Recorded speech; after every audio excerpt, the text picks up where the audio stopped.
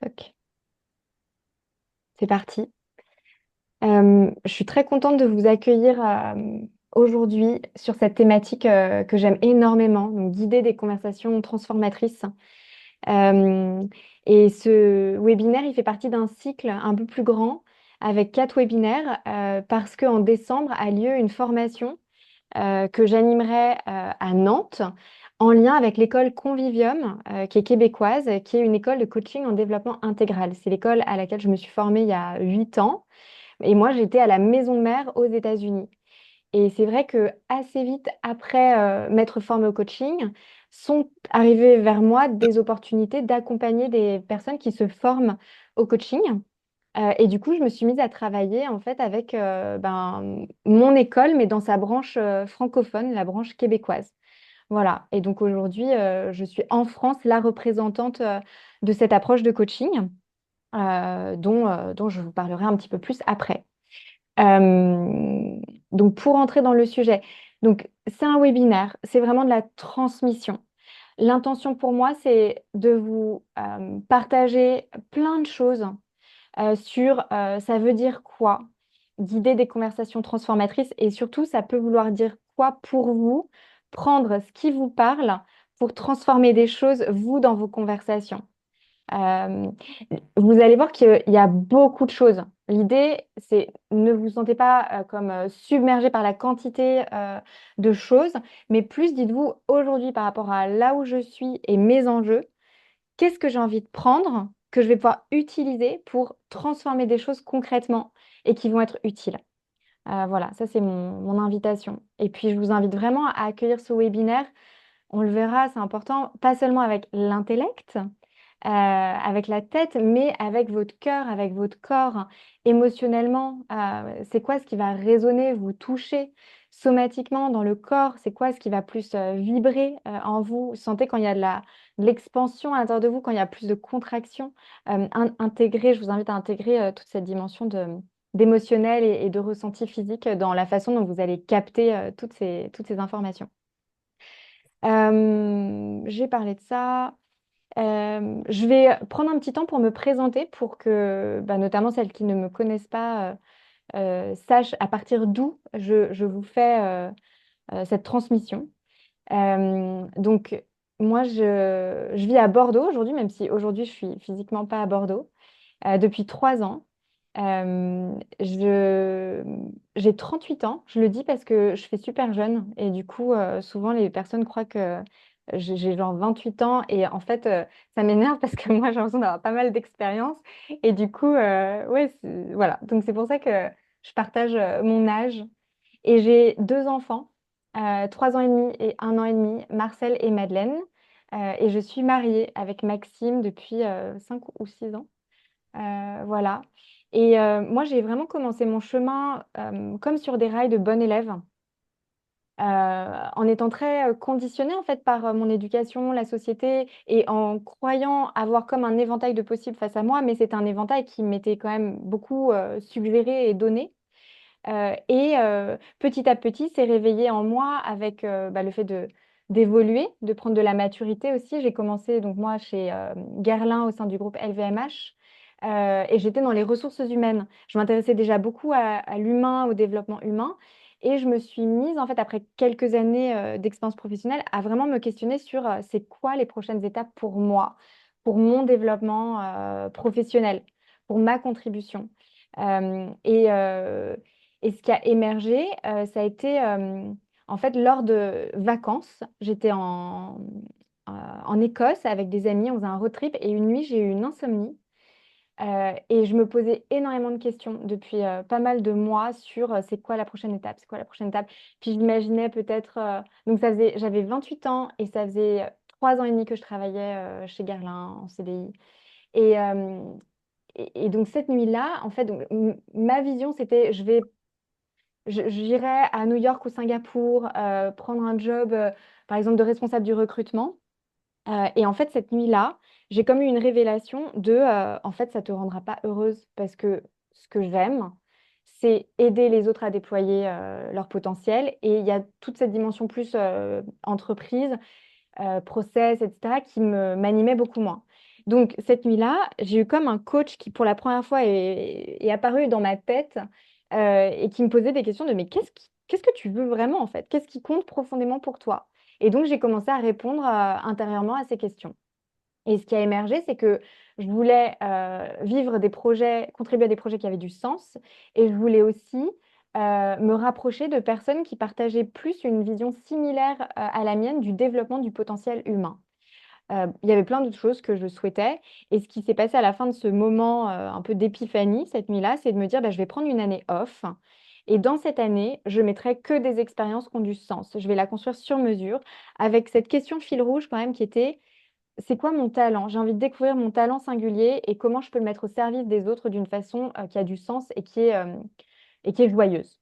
Et donc s'en est suivi une grande quête, quête de sens, quête de ma place, quête d'occuper, complètement, ce que je suis venue faire ici avec mes dons, mes talents, mes forces et une vraie envie de contribuer. En fait, je sens que je travaille beaucoup sur l'empowerment, comment je me donne toute la capacité, je me donne toute la possibilité de contribuer, d'avoir un impact tel que je veux l'avoir.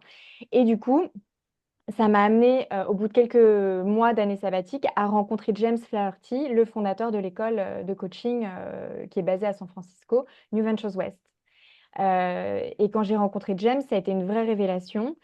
J'ai adoré sa posture, sa façon d'accompagner. Il animait un atelier, qui s'appelait «Écouter de tout son corps» et je me suis dit: «OK, c'est avec lui que je vais me former au coaching». Je m'intéressais déjà au coaching, mais je voulais plus que ce soit la vie qui me fasse rencontrer la bonne école plutôt que faire un tableau Excel avec, tous les critères, de chaque école. Voilà et donc ça, c'était il y a 8 ans et demi que j'ai commencé cette formation à San Francisco et depuis, du coup, après 7-8 ans, j'accompagne en individuel, en collectif et aujourd'hui, j'accompagne des entrepreneurs, des dirigeants, des managers, des personnes en transition, et j'adore ça. Et puis ce qui s'est manifesté aussi, c'est plus, de la formation et notamment de la formation au coaching, comme je l'évoquais, parce que, ça a été des demandes qui m'ont été faites et moi, j'adore être en écoute de il y a ce que j'imagine, que je vais faire et qui sera bien pour moi et puis il y a là où on vient me chercher, un peu ce que la vie, attend, de moi, là où la vie me demande d'être et j'adore être sensible à ça et c'est vrai que j'aime énormément accompagner les personnes, qui sont coachs, qui se forment, au coaching. Voilà.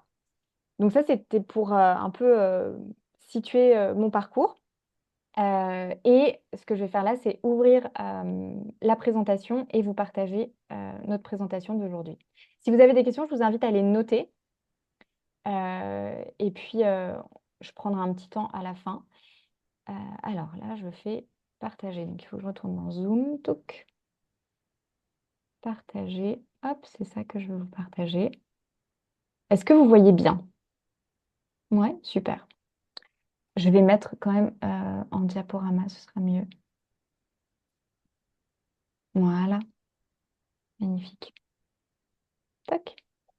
OK, donc notre thématique, c'est, guider c'est parti tout seul. Alors attendez, parce que ça va pas, ça se déroule tout seul mon je reviens en arrière. Hop, voilà. Guider des conversations transformatrices avec le coaching en développement intégral, qui est l'approche de coaching que je pratique. Et donc, qu'est-ce que c'est, le coaching en développement intégral? Comme je l'ai évoqué, ça a été fondé par James Flaherty aux États-Unis, donc San Francisco, il y a 40 ans maintenant. Et c'est, une approche, moi, que je trouve, très puissante parce que elle va adresser donc la personne au-delà de l'enjeu. C'est-à-dire que notre interlocuteur va arriver avec, un enjeu et nous, on va pas juste, travailler là-dessus. On va travailler sur la personne, globalement, en fait, pour identifier pourquoi cette personne a cet enjeu et qu'est-ce qui se joue à un niveau plus profond. C'est pour ça que je dis qu'on se focalise sur la cause racine. On va travailler vraiment en profondeur pour que la personne, non seulement puisse solutionner ce problème-là, mais devienne compétente, consciente, développe sa perspective sur bien d'autres choses beaucoup plus larges en fait que l'enjeu avec lequel elle arrive. Donc on vise avec cette approche à développer l'excellence, de l'autre. L'excellence, c'est comment aider l'autre à être au meilleur de soi, en alignement avec ses aspirations. On vise à aider l'autre à développer sa capacité d'autocorrection. Ça veut dire quoi? Ça veut dire quand je suis en train d'être propulsée dans un schéma automatique qui ne me convient pas, par exemple, quelqu'un me dit quelque chose et je pars sur un mode défensif, je suis capable de me prendre au vol et de m'arrêter pour choisir une autre façon de poursuivre la conversation avec cette personne. Donc, c'est ça l'autocorrection. C'est le discernement et la capacité à changer notre attitude en cours de route. Et l'autogénération, c'est cette idée de devenir son propre coach. En fait, après un accompagnement qui dure généralement 8 à 10 séances, l'idée c'est que la personne, elle a intégré tellement d'outils, de capacités à prendre de la hauteur, de connaissance d'elle-même, qu'elle sait ce dont elle a besoin pour développer toutes les opportunités nécessaires à son propre développement. Donc, elle génère elle-même son propre développement. Voilà. Et le coaching en développement intégral va permettre un retour à qui l'on est. On travaille beaucoup sur aider la personne à en fait se souvenir de ses grandes forces, ses qualités, ses aspirations, son essence, qu'est-ce qui l'anime profondément. Et en parallèle, un travail sur les limites. Parce que bah, dans ce déploiement-là d'exprimer pleinement notre potentiel, il y a forcément sur un chemin d'humain des limites, des entraves, des blocages, des peurs qui apparaissent. Et donc l'idée, c'est travailler, enfin identifier, aider la personne à devenir vraiment consciente et à développer son discernement sur les limites pour les adresser. C'est une méthodologie créative, exigeante et inspirante. Exigeante parce qu'il y a une méthodo, il y a des modèles, c'est extrêmement rigoureux. En même temps, créatif parce qu'on utilise, en fait, l'idée, c'est de réveiller bien des choses chez l'autre au-delà du mental et de l'intellect qui généralement dominent beaucoup dans notre société. Et du coup, on utilise des images, on peut utiliser de la musique, de la poésie, des films.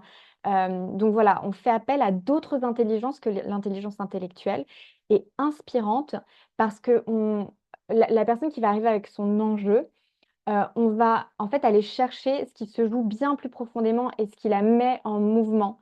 Et du coup, ça suscite, comme une énergie qui recircule en fait chez la personne, une envie, une sensation de marcher, son juste chemin et cetera. C'est pour ça que c'est inspirant et ça implique un double développement en parallèle.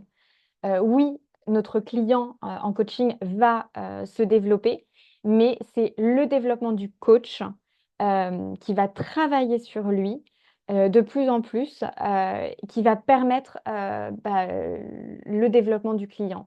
Voilà, ça, c'est une grande exigence qu'il y a dans le développement, intégral. C'est qu'on travaille beaucoup sur nous, en fait, pour, on va le voir, là, ça va être vraiment notre sujet, tenir un espace de conversation pour l'autre qui permet à l'autre de se déployer. Parce que ça exige du travail en fait sur notre posture. Alors, le programme pour aujourd'hui. D'abord, aider l'autre d'une façon qui le transforme, ça veut dire quoi? 2, la façon dont nous écoutons impacte la transformation de notre interlocuteur. 3, on va aller voir ce que c'est développer notre qualité de présence, comment on peut faire ça. 4, les mécanismes habituels de nos conversations qui généralement n'aident pas l'autre à se déployer profondément. 5, les ingrédients d'une conversation qui ouvre les capacités et les possibilités chez notre interlocuteur. Et 6, quelles pratiques concrètement pour développer notre qualité de présence. Je l'ai rajouté parce que j'ai trouvé que c'était pertinent.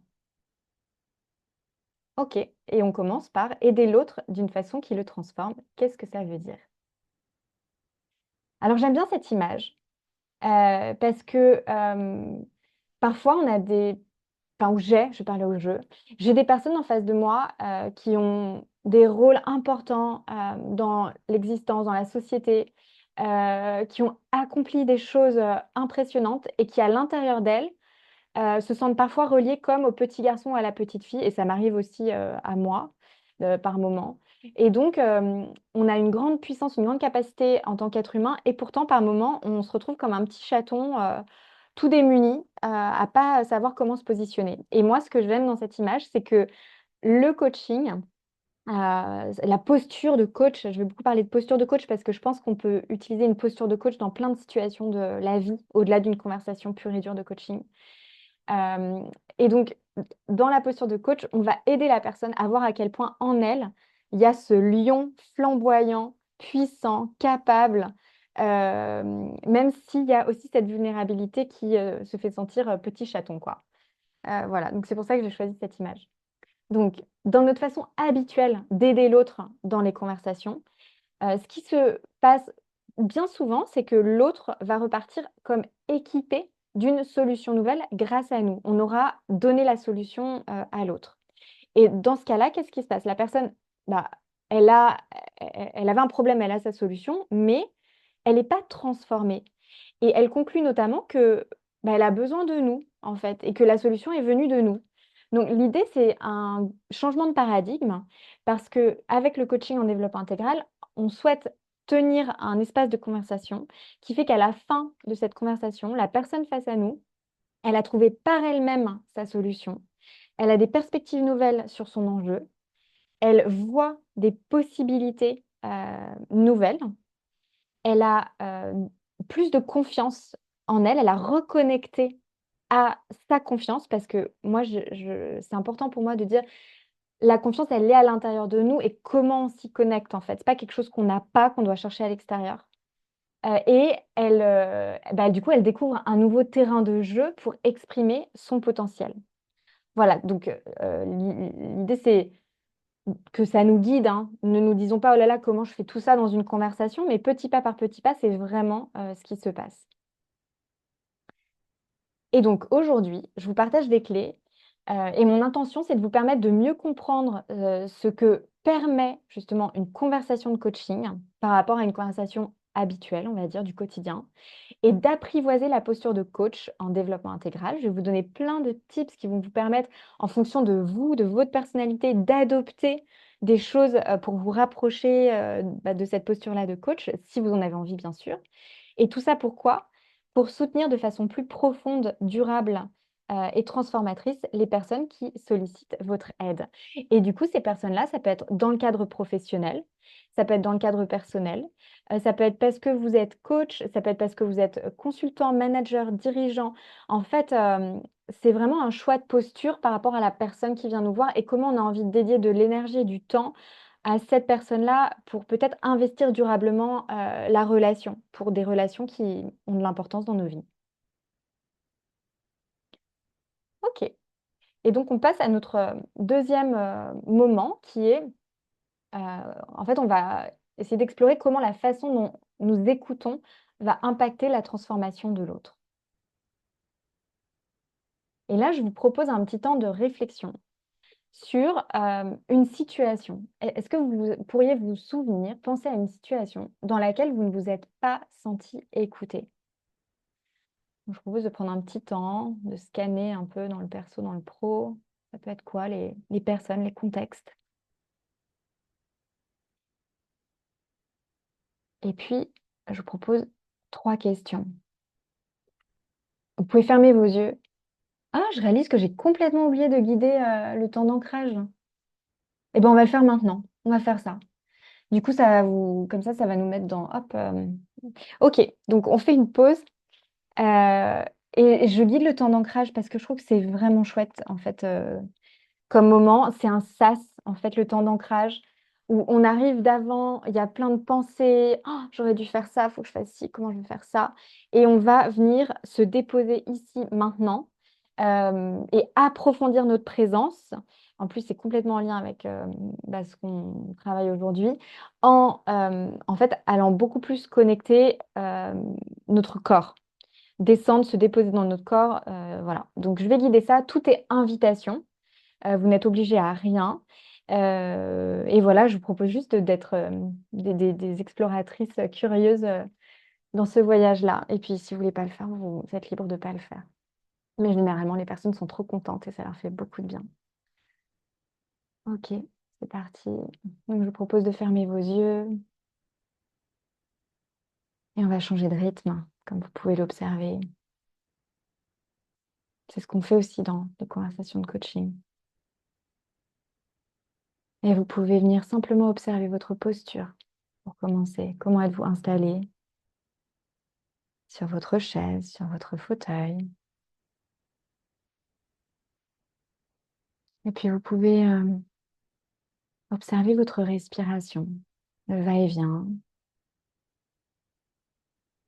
de votre inspire et de votre expire. Il n'y a rien à changer dans cette respiration. L'intention, c'est simplement que vous devenez des observatrices conscientes, des témoins. Il n'y a pas de jugement, il y a de la curiosité.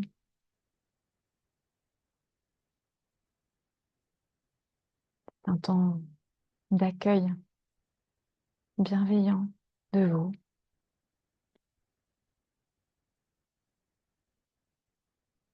Alors laissez naturellement se faire votre respiration à votre rythme. Et puis vous pouvez sentir vos plantes de pied sur le sol. Peut-être que vous sentez comment le sol touche vos pieds.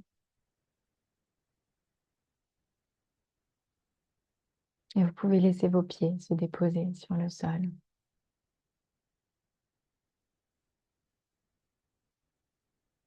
Et vous pouvez porter maintenant votre attention sur votre bassin. Sentir votre bassin qui se dépose de plus en plus.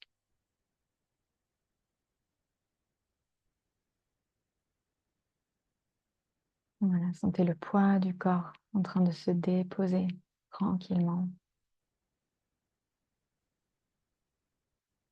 Et s'il y a des pensées qui vous traversent, c'est complètement naturel. Votre cerveau est fait pour penser.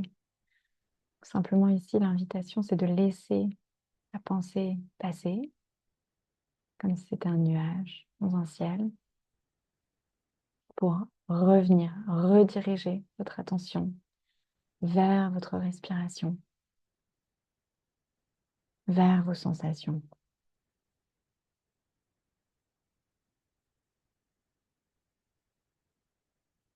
Et vous sentez l'ancrage dans le bas de votre corps, les pieds, chevilles, mollets, genoux, cuisses, fessiers, hanches, bassin. Sentez la force de gravité qui fait son travail et qui, comme vous aimante au cœur de la terre.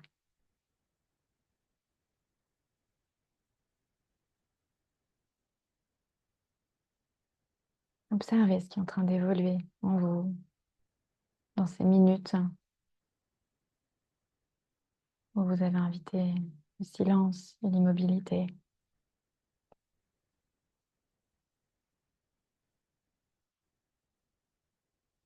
Qu'est-ce qui est différent du début? Qu'est-ce qui s'ouvre, qui émerge?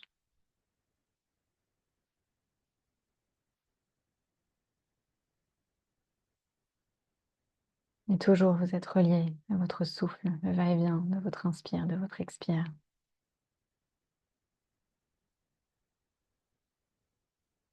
Et à la prochaine inspiration, je vous propose de visualiser votre colonne vertébrale, de vraiment ressentir cet axe, symbole de votre verticalité.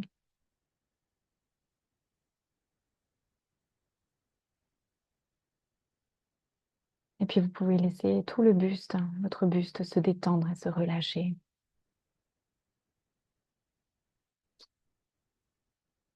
Les organes se relâchent, les muscles se relâchent, la peau se relâche.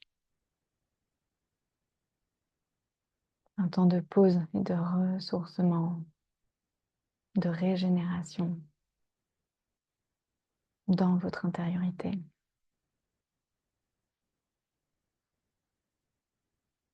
Et puis vous pouvez relâcher les épaules, vos bras jusqu'au bout des doigts. Et vous pouvez relâcher votre gorge, votre nuque, votre cou.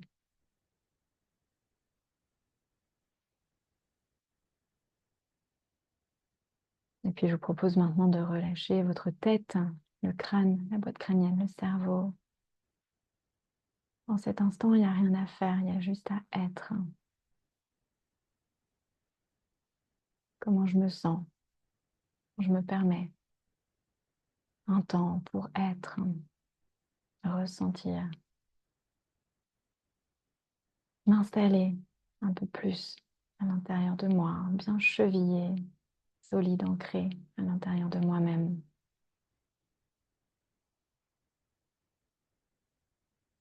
Toujours, vous êtes relié à votre souffle et votre respiration.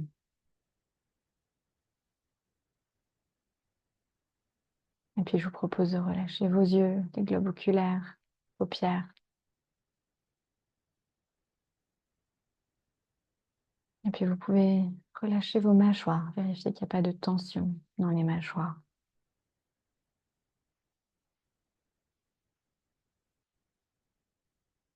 Et en cet instant, je vous propose de considérer votre corps dans sa globalité, de ressentir tout votre corps, de la tête aux pieds, des pieds à la tête.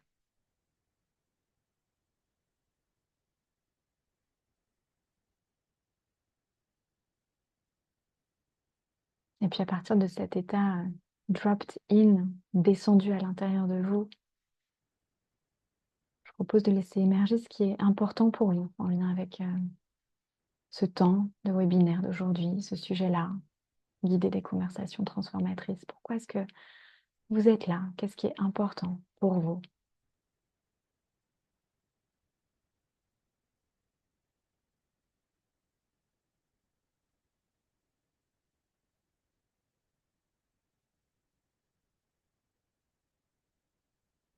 Et puis, je vous propose de prendre une dernière inspiration profonde, douce. Et toujours les yeux fermés. Vous pouvez ramener du mouvement dans votre corps en laissant votre corps faire ce qu'il a besoin de faire. Comme si c'était un petit animal totalement instinctif.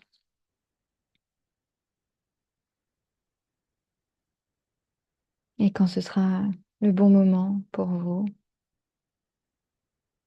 je vous propose de venir ouvrir vos yeux.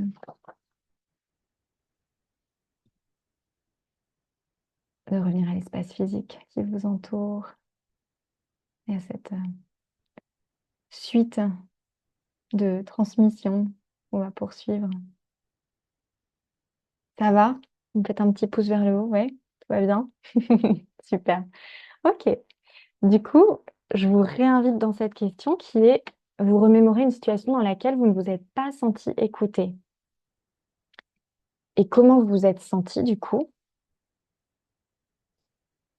Comment est-ce que ça a eu un impact sur la façon dont vous avez parlé?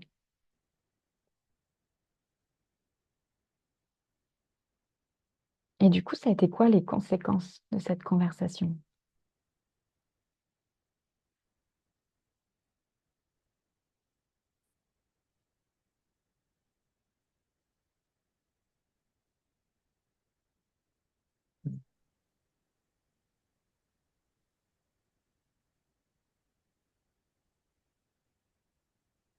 Le sentiment, Alors, pardon. Alors, désolée, en fait, c'est plus pour vous à l'intérieur de vous. Ah, d'accord. Désolée. Effectivement, c'est plus des questions d'introspection, j'ai pas précisé. J'ai même pas vu qui a pris la parole. C'est toi, Lisa? Ouais, ok. Euh, et je vous propose maintenant, du coup, d'aller vers vous remémorer une situation dans laquelle vous vous êtes senti pleinement écouté.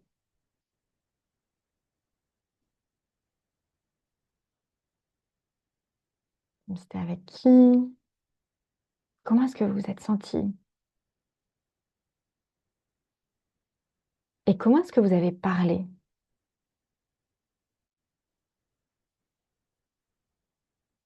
Et qu'est-ce que ça a permis? Qu'est-ce que ça a ouvert?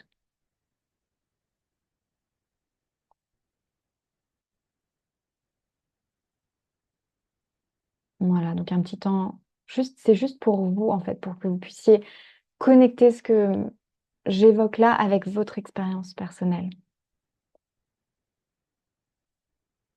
Et donc, la façon dont l'autre nous écoute va impacter notre façon de parler, ce qu'on va dire, le contenu de la conversation, là où la conversation va nous emmener et du coup, notre transformation. Donc si c'est vrai pour nous, bah, ça veut dire que notre façon d'écouter, elle fait ça pour l'autre. Donc là, on va voir trois aspects. On va voir l'écoute profonde, on va voir l'accueil de l'autre et on va voir développer la conscience de soi pour voir nos projections et mécanismes de défense.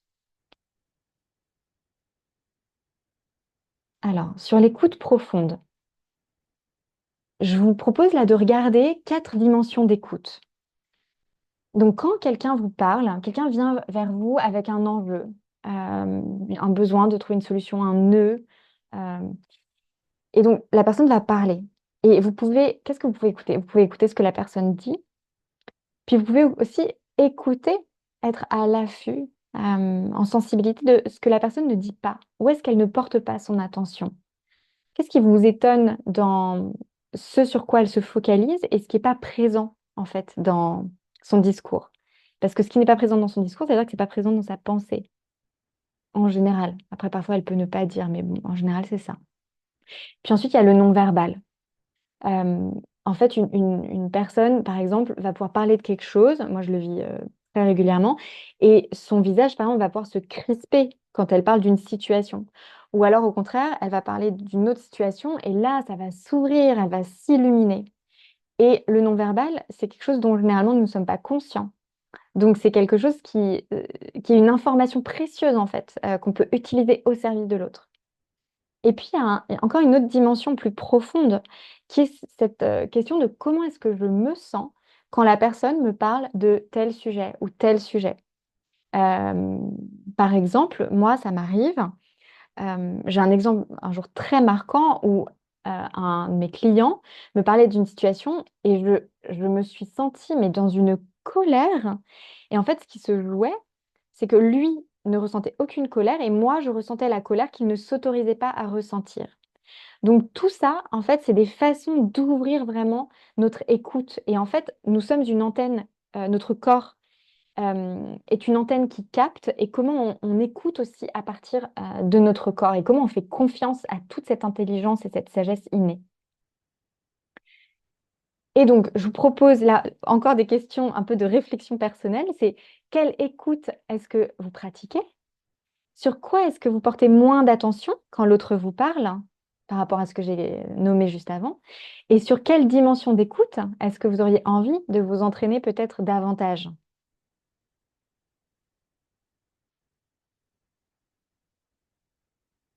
Je vous laisse un petit temps pour réfléchir et peut-être noter quelque chose.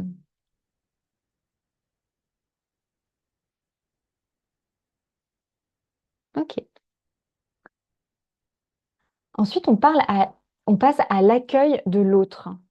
En fait, je sais pas vous, mais moi, pour être bien dans une conversation, j'ai besoin qui est une forme d'accueil inconditionnel de l'autre. Alors, je suis devenue très exigeante, en fait, forcément, à force de pratiquer le coaching, par rapport à l'accueil inconditionnel que j'attends de l'autre. Mais ça veut dire quoi, en fait? Accueillir l'autre dans un espace de conversation qui va permettre la transformation.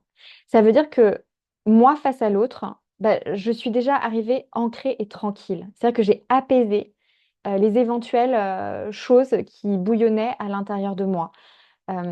Ensuite, c'est être dans une posture où je ne sais pas pour l'autre. Je me dis pas que je sais ce qui est bon pour l'autre. Voilà. Une posture dans laquelle je ne suis pas dans le vouloir quelque chose pour l'autre. J'ai pas d'attente, j'ai pas de résultat que je veux pour l'autre. En anglais, cette idée de not trying to fix the person. Donc, c'est cette idée que l'autre n'est pas un problème que je vais résoudre. Moi, j'aime bien dire, et en développement intégral, on dit l'autre est plus un mystère et on va explorer ça ensemble, en tant que partenaire. Et puis, on offre un espace de confiance. De quoi vous avez besoin dans la relation pour vous sentir en confiance à deux. L'autre a besoin de quoi? Vous avez besoin de faire quoi, de dire quoi pour qu'il y ait cette confiance? Et puis l'accueil, c'est vraiment cette dimension d'être, d'investir vraiment notre qualité d'être par rapport à être en train d'accomplir et de faire. Donc on peut se poser des questions pour travailler sur notre qualité d'accueil de l'autre. Par exemple, c'est quelle est mon intention quand s'ouvre cette conversation? Est-ce que je désire aider l'autre à clarifier ce qui se passe, à connecter à ses valeurs, aspirations, besoins en lien avec ce qui se joue? Donc, vous voyez, on est sur quelque chose d'assez profond, en fait, dans cette façon d'accueillir l'autre dans la conversation. Ensuite, est-ce que je suis capable de sortir du schéma, de vouloir trouver la solution? Est-ce que je peux lâcher ma stratégie? Est-ce que je peux mettre de côté mes habitudes d'efficacité immédiate? Parce que là, c'est pas ce qui va être au service d'aider l'autre à se déployer. Troisième question, est-ce que je suis capable de focaliser mon attention sur les qualités, les ressources, la vaste capacité de la personne, sa brillance, sa façon unique en fait d'apporter quelque chose de précieux pour laisser émerger cela de la conversation? Parce que si la personne en face de nous, elle sent qu'on est en fait convaincu qu'il y a tout ça chez elle, elle va s'y relier, elle. Par contre, si nous, on n'est pas connecté à ça, ça va être beaucoup plus dur pour l'autre de se connecter à ça, à ses qualités, ses ressources. Et enfin, quel est l'enjeu pour moi? Est-ce qu'il y a un enjeu qui biaiserait ma qualité d'accueil? Par exemple, c'est quoi l'impact de l'issue de cette conversation sur moi? Est-ce que ça suscite un niveau de réactivité émotionnelle parce que j'ai un attachement? Par exemple, si ça va être avec quelqu'un de notre famille, il peut y avoir un attachement. Voilà, c'est pas du tout la même chose de discuter avec quelqu'un qu'on ne reverra jamais ou quelqu'un qu'on côtoie très régulièrement et qui a une place importante dans notre vie. Et maintenant, en fait, notre qualité d'accueil, non, pardon.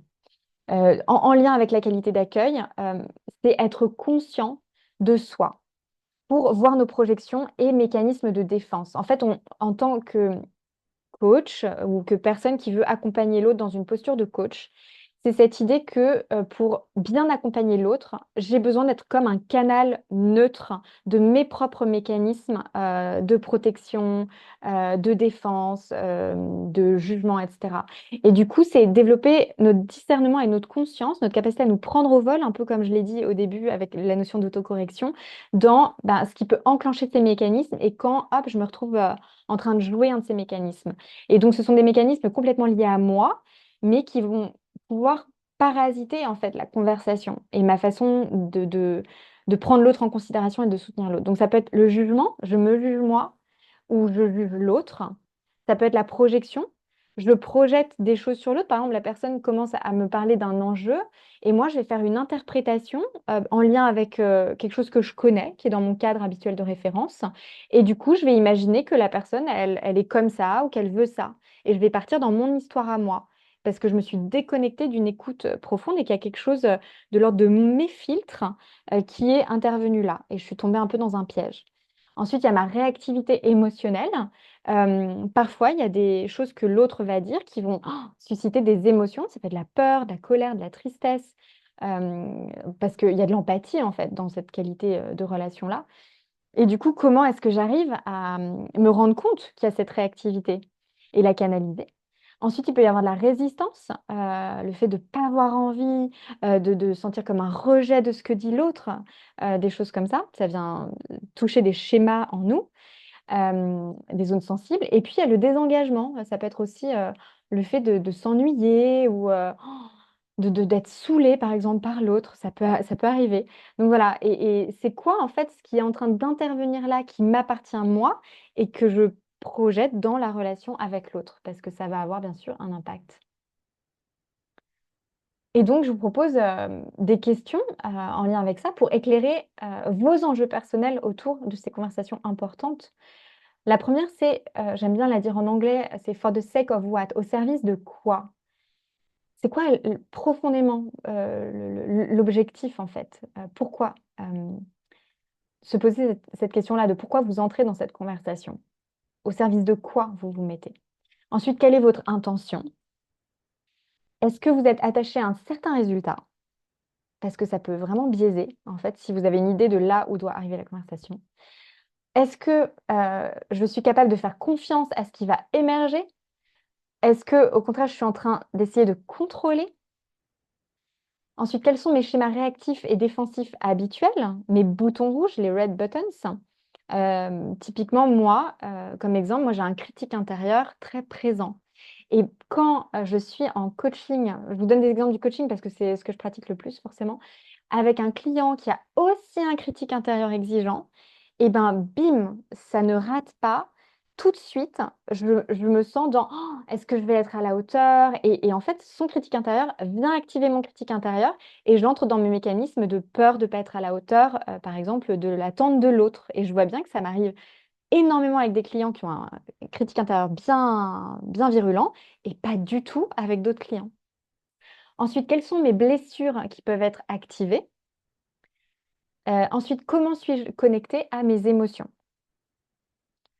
Parce que, non, je parlerai plus tard des émotions. Ça va être ouais, important, c'est hyper, chouette, d'explorer la dimension émotionnelle. Voilà. Maintenant, on va, explorer un petit peu ce que ça veut dire développer notre qualité de présence, puisque vous commencez à voir à quel point c'est un ingrédient important pour tenir l'espace d'une conversation, qui permet la transformation de l'autre. Donc qu'est-ce que ça veut dire? Déjà, mon introduction, c'est que dans une culture du faire, dans une culture, où on est là pour accomplir, en fait, on est un peu conditionné pour ça. Dans une culture de la performativité, c'est-à-dire, j'ai de la valeur si je performe et dans une culture qui veut de la solution immédiate et ben, être présent, c'est un acte révolutionnaire parce que ça va à contre-courant, en fait, de tout ce à quoi on est habitué. Et donc qu'est-ce que ça veut dire? Ça veut dire, je suis tout entier, tout entière là, avec toi. Il y a plus rien d'autre en fait, qui compte. Tu as toute mon attention. Je l'ai mis un peu plus, bas. I give you my undivided attention. J'adore cette expression en anglais. Mon attention non divisée. Je trouve que c'est pas du tout, en anglais, c'est beaucoup plus clair. Je vais t'accompagner dans ton processus pour faire émerger la réponse. Je vais me taire, je vais retenir les pistes d'action qui se bousculent en moi. Et je vais juste être là, t'écouter, laisser agir ta sagesse, sans chercher à régler ton problème.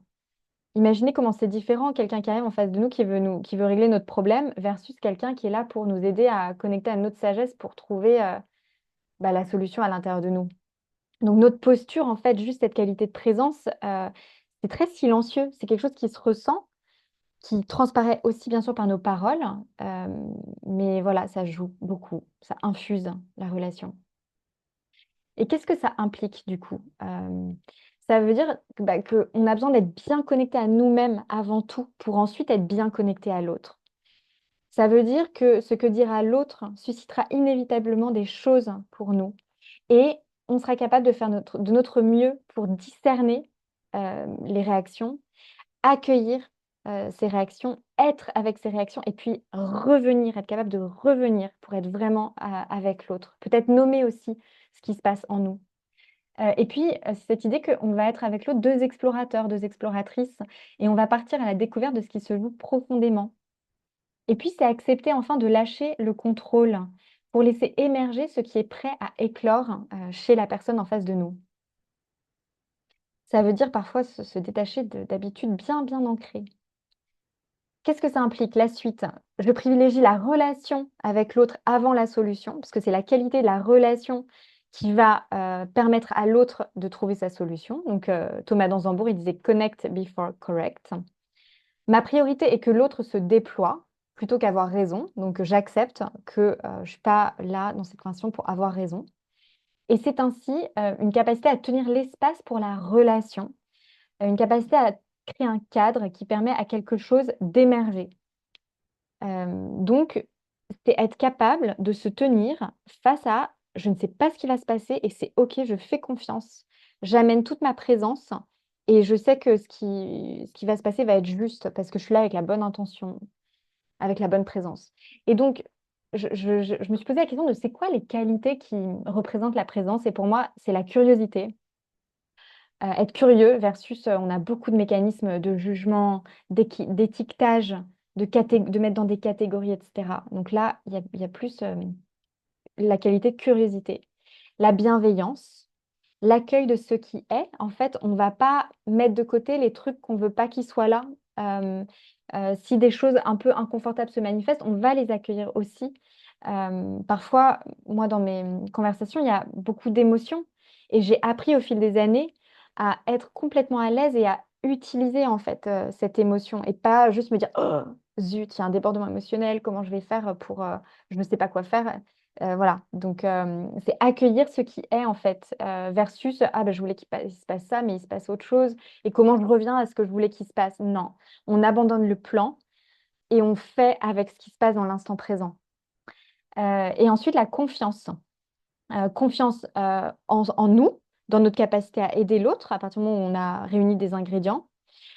Confiance en l'autre, confiance en la relation et confiance en le processus.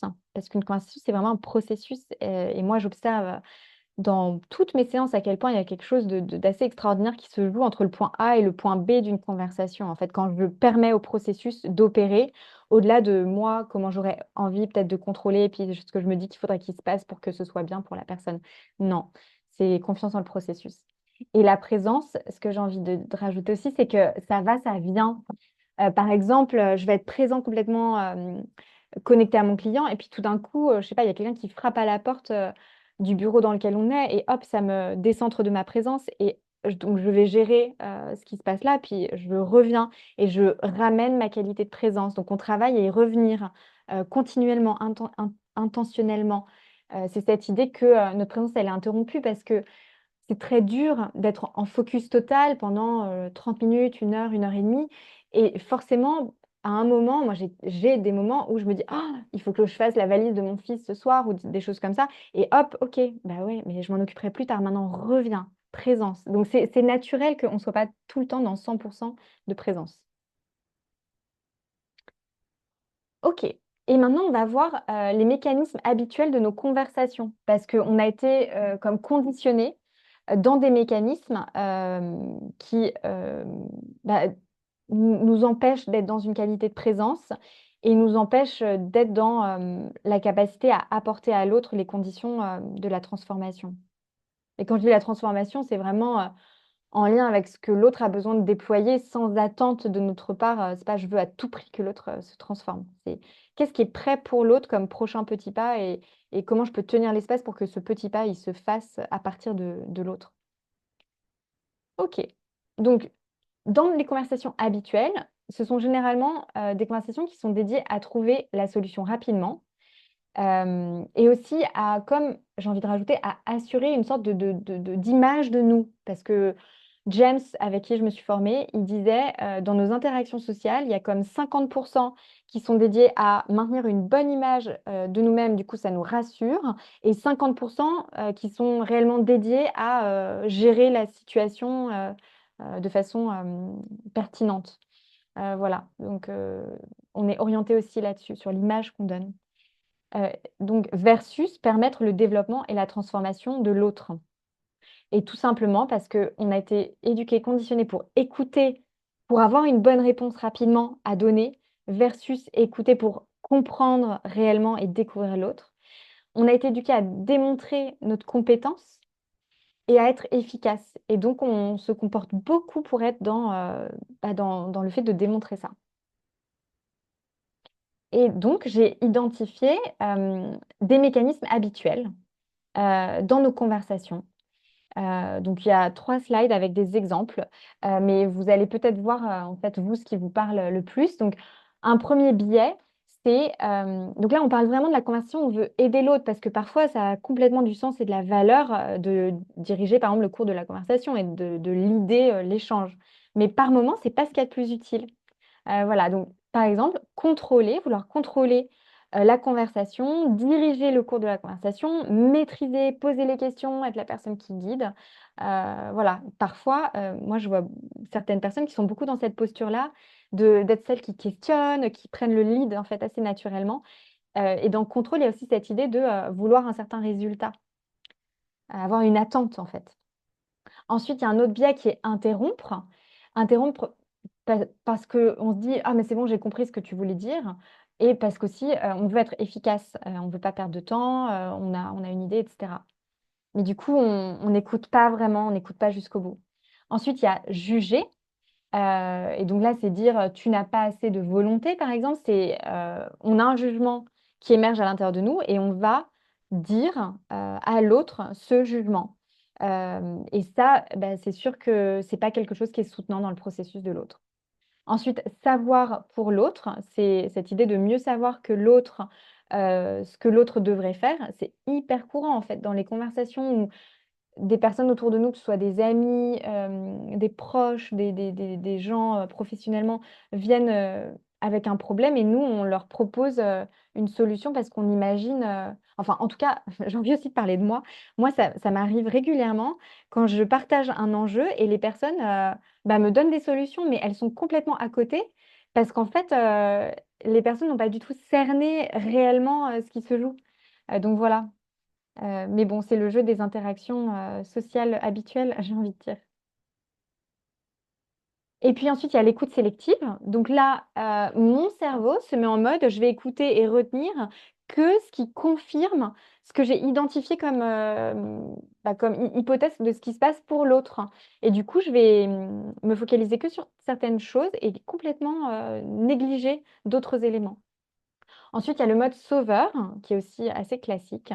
Donc, c'est comme en fait vouloir sauver l'autre, donc se sentir impliqué pour aider, et donc presque prendre la responsabilité pour l'autre, alors que ça ne nous appartient pas. Et moi, j'aime bien cette phrase qui est infliger notre aide.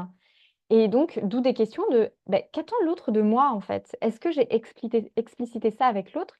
Est-ce que je suis compétent pour aider l'autre? Est-ce que je suis la bonne personne? Voilà, c'est intéressant de se poser ces questions. Après, il y a donner des conseils, toujours dans cette idée de, en fait, déjà, c'est beaucoup plus impactant si la personne trouve ses propres réponses. Et puis, les conseils, souvent, ils arrivent très, très tôt, avant même qu'on ait décortiqué ce qui se joue vraiment. Et enfin, ramener à soi, c'est cette idée de: «Ah bah oui, moi aussi», en fait, on a souvent, c'est parce qu'on a envie de connecter empathiquement avec l'autre et de montrer qu'on se sent proche et relié et du coup, on va dire: «Ah bah moi, il m'est arrivé ça» et cetera. Donc parfois, c'est pertinent et c'est comment je m'assure que c'est pertinent pour l'autre si je lui partage mon expérience. Moi, par exemple, je suis mentor coach pour des étudiants qui se forment au coaching et dans ces cas-là, dans ces séances de coaching, j'explicite que je mets une autre casquette. Est-ce que ça t'intéresse si là, je te fais un partage d'expérience parce que j'ai l'impression que ça peut être, pertinent pour toi? Et officiellement, je sors du coaching pour être dans le partage d'expérience et je vais valider avec l'autre que c'est utile et pertinent pour lui. Ensuite, il y a suranalyser. Alors ça, j'aime beaucoup parce qu'évidemment, on est une société, qui, fonctionne énormément à partir de la tête. Et du coup, bah, là, l'erreur, c'est de tout adresser via l'intellect. Donc, comprendre ce qui se joue pour l'autre et analyser ça à partir de notre intellect, alors qu'il y a toute une dimension émotionnelle, inconsciente, de ressenti qui n'est pas prise en compte si on n'adresse que l'intellect. Et typiquement, dans les étudiants en coaching que j'accompagne, ce que j'ai déjà identifié, c'est des personnes qui sont très, câblées sur leur intellect, qui ont l'habitude de solutionner, des profils plus ingénieurs par exemple, de solutionner avec, l'intellect, qui face à un client, en coaching, qui va être dans de l'émotion, ne savent absolument pas comment accompagner ça parce que leur prisme, c'est l'intellect. Il y a un problème, il y a une solution. J'analyse, je vais passer à l'action. Donc voilà et donc ça, c'est un piège de se dire que la réponse va venir de l'intellect. Hem, Ensuite, il y a projeter, donc projeter notre cadre de référence, nos peurs, nos attentes, sur l'autre et ensuite être dépassé par nos émotions, et donc ne pas être en capacité de tenir un espace, qui est, soutenant pour l'autre parce que nous-mêmes, on a trop de choses qui se jouent en nous et donc ça peut faire un peu déraper, la conversation. Donc voilà, je ne sais pas s'il y a des choses qui vous ont, parlé. J'espère que ça résonne, ça vous éclaire. Et donc on va maintenant, arriver vers, quels sont les ingrédients d'une conversation qui ouvrent les capacités et les possibilités de l'autre. On va aborder 3 thématiques. D'abord, tenir l'espace de la conversation. Ensuite, écouter profondément, donner toute sa place à l'autre et ensuite guider vers l'action. Alors, tenir l'espace. Donc ça, c'est vraiment des conseils pour le coup, sur comment, bah, ce que vous pouvez mettre en place. Donc, voyez ce qui vous parle et ouais et qui fait sens, pour vous en lien avec vos enjeux, les personnes avec qui vous avez envie d'avoir des conversations. Donc tenir l'espace. Déjà, dédier du temps à la conversation. Ce type de conversation nécessite du temps. Donc, prévoyez d'avoir du temps, demandez à l'autre d'avoir du temps aussi. Voilà, c'est un socle en fait qui permet. Ensuite, le lieu que vous allez choisir a un impact. C'est pas pareil d'être dans un bureau où il y a des fenêtres ou alors dans un lieu public comme un café versus une salle fermée où il y a une confidentialité totale. Ensuite, être ancré et serein, disponible. Donc, c'est comment vous avez pris soin de vous au quotidien, avant la conversation, comment vous avez des pratiques dans votre vie qui vous font cultiver en fait votre alignement, votre sérénité, votre calme intérieur. Et du coup, vous êtes capable d'entrer dans cette conversation avec l'autre dans cet état-là. Et du coup, vous êtes capable d'emmener l'autre davantage dans cet état-là. Ensuite, expliciter le cadre. Donc, vous pouvez demander ce que l'autre attend, quel est son besoin. Il faut expliciter le temps disponible pour chacun. Juste poser la question, on a combien de temps là? On se donne combien de temps? Ensuite, expliciter votre casquette dans cette conversation. Parce que vous pouvez peut-être être, je ne sais pas, l'associé de quelqu'un ou le collègue de quelqu'un. Et puis clarifier en fait, là, dans cette conversation-là, comment l'autre attend que vous vous comportiez vis-à-vis de lui, comment vous allez ouais, vous positionner. Et ensuite, la confidentialité, éventuellement rassurer l'autre sur cette confidentialité. Et puis, ça, c'était important aussi pour moi de le dire, et ouais, de le valoriser. Ouvrez votre cœur, laissez-vous toucher. Parce qu'en fait, une chose qui transforme énormément l'autre, c'est quand on se laisse toucher par l'autre. Et juste vivre une émotion ensemble, avoir ralenti ensemble pour permettre à une émotion qu'elle soit là. Et puis, quand l'autre a une émotion, être touché par cette émotion-là, c'est réellement des moments transformateurs. Et le psychisme se restructure via l'émotion. Donc pour moi, en fait, l'émotion permet énormément en coaching dans la transformation de l'autre. Et quelque chose à quoi je fais très attention, c'est que je tiens un espace de grande sécurité pour que la personne se sente confortable à connecter des émotions inconfortables, parce que c'est là qu'il y a un gros potentiel en fait de transformation.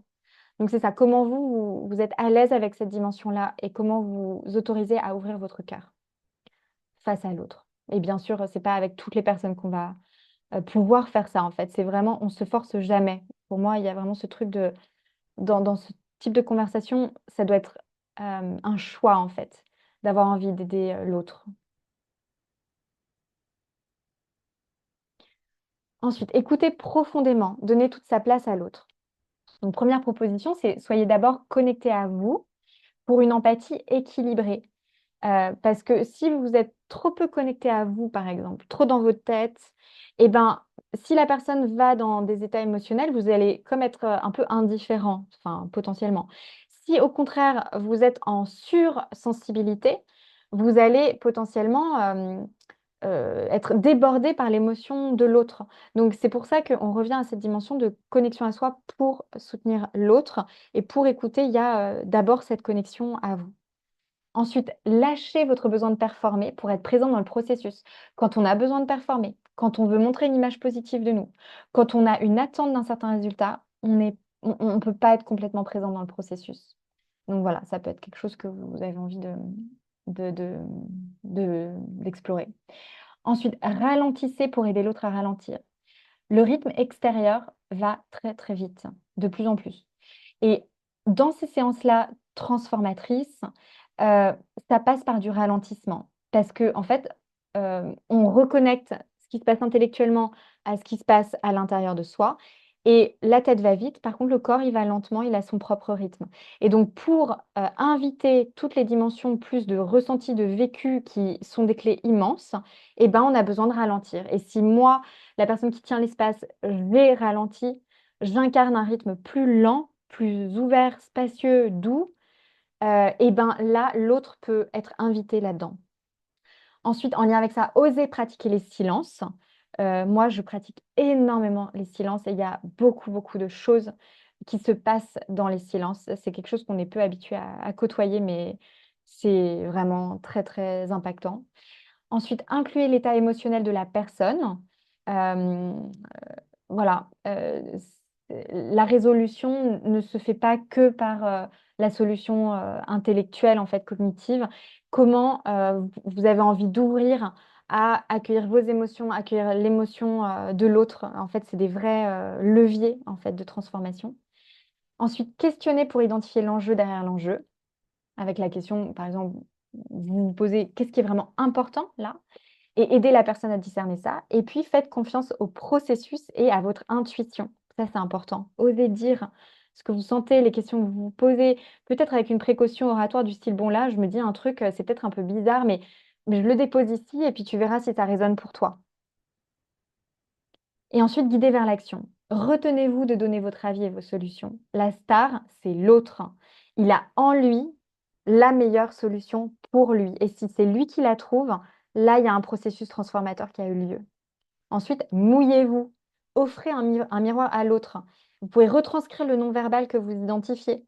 Tiens, là, quand tu as dit ça, tu t'es illuminé. Est-ce que tu peux me parler un peu plus de cette expérience et de ce que ça a suscité pour toi? Là, au contraire, tu t'es complètement crispé. Qu'est-ce qui se joue en toi dans cette situation-là? Ensuite, parler de ce que la personne ne dit pas. Ça vient l'ouvrir à ses zones aveugles, à ce dont elle n'est pas consciente. Et puis, dites aussi comment vous vous sentez au contact de la personne. Quand tu parles de ça, ça me fait me sentir un peu stressée, par exemple. Et toi, comment tu te sens? Ensuite, 3, guider la personne vers l'identification de ses besoins, plutôt que du coup conseiller, c'est dire bah, de quoi est-ce que tu aurais besoin là? Et là, vous aidez la personne à identifier pour elle-même son chemin qu'elle va pouvoir prendre. Et à la fin, suggérer des hypothèses en fonction de ce que vous avez perçu. Est-ce que ce serait utile pour toi d'essayer d'avoir une conversation avec telle personne? Est-ce que, voilà, poser des questions plutôt que dire tu devrais faire ça, par exemple, c'est important. Et laisser la personne s'approprier, en fait. Vous tendez comme délicatement quelque chose et la personne, vous voyez si elle prend et elle s'approprie et elle déploie pour elle-même ou si non, c'est pas ça qui lui parle. Et 6, accompagner la personne dans la mise en place d'un plan d'action concret. Ça va être quoi ton premier petit pas? Comment tu vas, t'assurer de vraiment, faire là ce qu'on est en train de se dire? Tu as besoin de qui autour de toi? Et cetera. J'accélère un peu parce que le temps passe. Et donc, les signes que la conversation a été transformatrice. La personne se sent apaisée. La montagne infranchissable avec laquelle elle est arrivée n'est plus là et votre interlocuteur voit un chemin qui s'est dessiné. Elle se sent capable de commencer le chemin marche après marche. Elle a vécu quelque chose émotionnellement.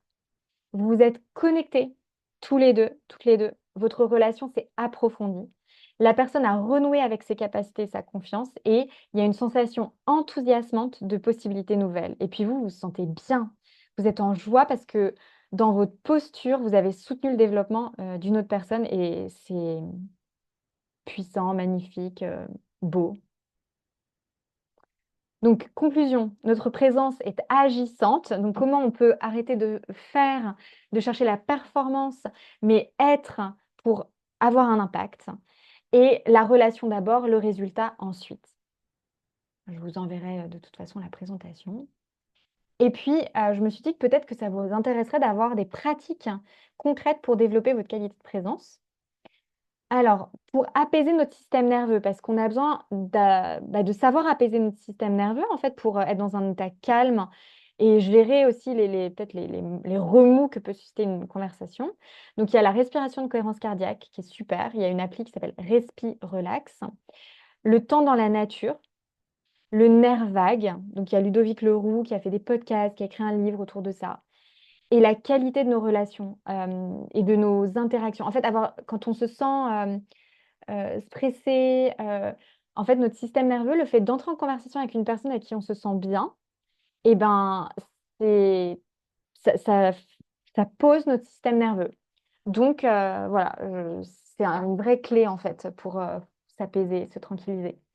Ensuite, pour travailler autour du schéma de je suis en train de vouloir contrôler, vouloir trouver la solution. Déjà, il y a la méditation, et ça peut être des méditations plus actives, notamment Osho a travaillé autour de méditations plus actives. Ensuite, il y a la danse intuitive pour laisser le corps en fait guider, arrêter que ce soit la tête qui dise au corps quoi faire. Ensuite, il y a faire une activité manuelle qui vous prend complètement votre attention, toute votre attention est dédiée, de la poterie, du tricot. Émilie, ici, tu fais du tricot. Et j'ai aussi pensé au tango Parce que, en fait, le tango, vous êtes guidé par l'autre. Enfin, ça dépend si on est un homme ou une femme. Pour une femme, on est guidé par l'autre, pour le coup. Donc, ça demande en fait pas mal de lâcher prise. Pour l'homme, c'est un peu différent. Je pense que ça marche moins dans ce cadre-là. Et puis, pour développer un contact serein à vos émotions, accueillir sereinement les émotions de l'autre, il y a les ateliers de communication non violente qui sont hyper pertinents et intéressants parce qu'on vient identifier nos besoins. Donc, on apprend à côtoyer. En fait, on apprendre à côtoyer nos émotions pour être au contact de nos besoins. Et c'est un beau processus de connaissance de soi. Et ensuite, il y a plein de choses plus personnelles, mais qui marchent très, très bien. Moi, j'ai expérimenté beaucoup de choses, donc je peux. Enfin, voilà, il y a beaucoup de façons en fait d'aller côtoyer nos zones inconfortables à l'intérieur pour ne plus avoir peur de ça. Et du coup, être beaucoup plus en confiance dans la relation à l'autre et être moins activé dans nos schémas défensifs, de protection, etc. Donc, thérapie, hypnose, intégration du cycle de vie, EMDR, constellation familiale. Et travailler sur soi, c'est se poser des questions sur c'est quoi ma vision du succès, quelles sont mes aspirations profondes, exprimer pleinement mes potentiels, à quoi ça ressemble pour moi, quels sont mes besoins, comment est-ce que je prends soin de mes besoins, est-ce que je sais côtoyer mes peurs, mes colères, mes tristesses, les laisser m'enseigner, me transformer. Ça permet, ça, quand on développe la compétence de faire ça, ça permet d'avoir moins de schémas réactifs. Et puis, qu'est-ce qui me fait me sentir vivant? Parce qu'en fait, c'est vraiment en se connaissant bien, en se côtoyant de très près soi-même, qu'on va pouvoir avoir une posture où on accompagne l'autre avec calme, tranquillité, recul, compétence, juste intuition, etc. Voilà. Du coup, je redis pas forcément le chemin qu'on a parcouru. En fait, c'est le programme que je vous ai partagé au début, parce que j'aimerais vous proposer là 2 petites minutes autour de euh, il s'est passé quoi pour vous pendant cette heure et demie? Comment vous vous sentez après ce partage? Qu'est-ce que vous avez découvert? Qu'est-ce qui vous a le plus marqué? C'est quoi la pépite avec laquelle vous repartez? Et quel est le premier petit pas que ça vous donne envie de faire? J'ai conscience qu'on s'approche de la fin. Ah zut, j'ai arrêté de partager mon écran, pardon.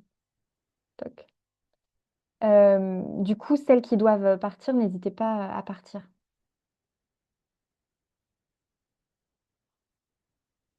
Vous voyez mon écran ou pas? Oui? Ok, super.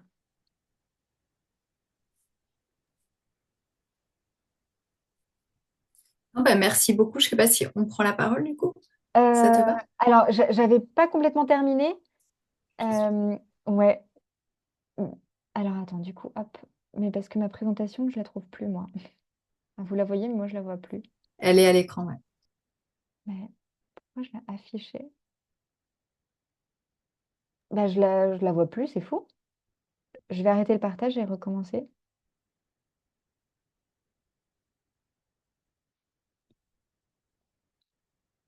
Ok. Merci, Blandine. Bon, du coup, c'est pas grave. Je vais arrêter là. La fin, c'était. J'espère que ça vous a apporté des choses. Si vous avez envie d'en savoir plus sur la formation de coaching en développement intégral, il y a une initiation donc, de 3 jours en décembre. Et donc, on peut prendre un temps pour en discuter, pour que je vous présente un petit peu ce qu'on fait pendant ces 3 jours, vraiment en lien avec développer ces qualités qu'on a évoquées là. Voilà. Et dans mes autres activités, moi, je travaille en coaching individuel. Si vous appréciez cet univers-là, mon univers, j'ai aussi écrit un livre qui s'appelle Le voyage avant le voyage. Euh, et puis, j'organise à Bordeaux des cercles de femmes et j'organise une retraite annuelle au printemps avec une partenaire naturopathe. Voilà. Et du coup, là, pour celles qui ont envie de rester un peu et de discuter, je suis disponible. Merci Julia, à bientôt. À bientôt, Barbara. Merci beaucoup. Merci. Au revoir. Au revoir. Blandine, tu dois y aller du coup? Malheureusement, il faut que j'y Ouais. aille aussi, mais Ok. voilà, je mets dans le chat et merci beaucoup. Merci à Merci, toi. à bientôt. À bientôt.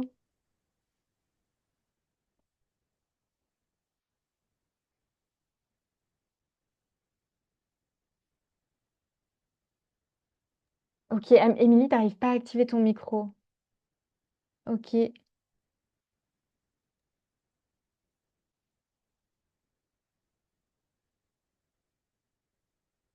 ok.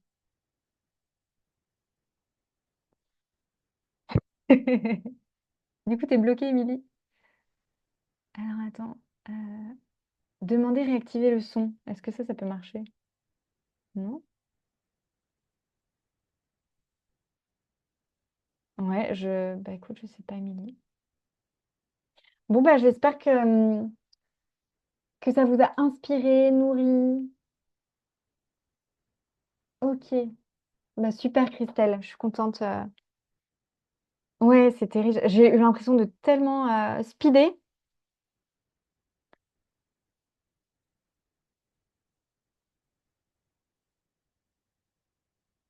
Je vais arrêter l'enregistrement déjà.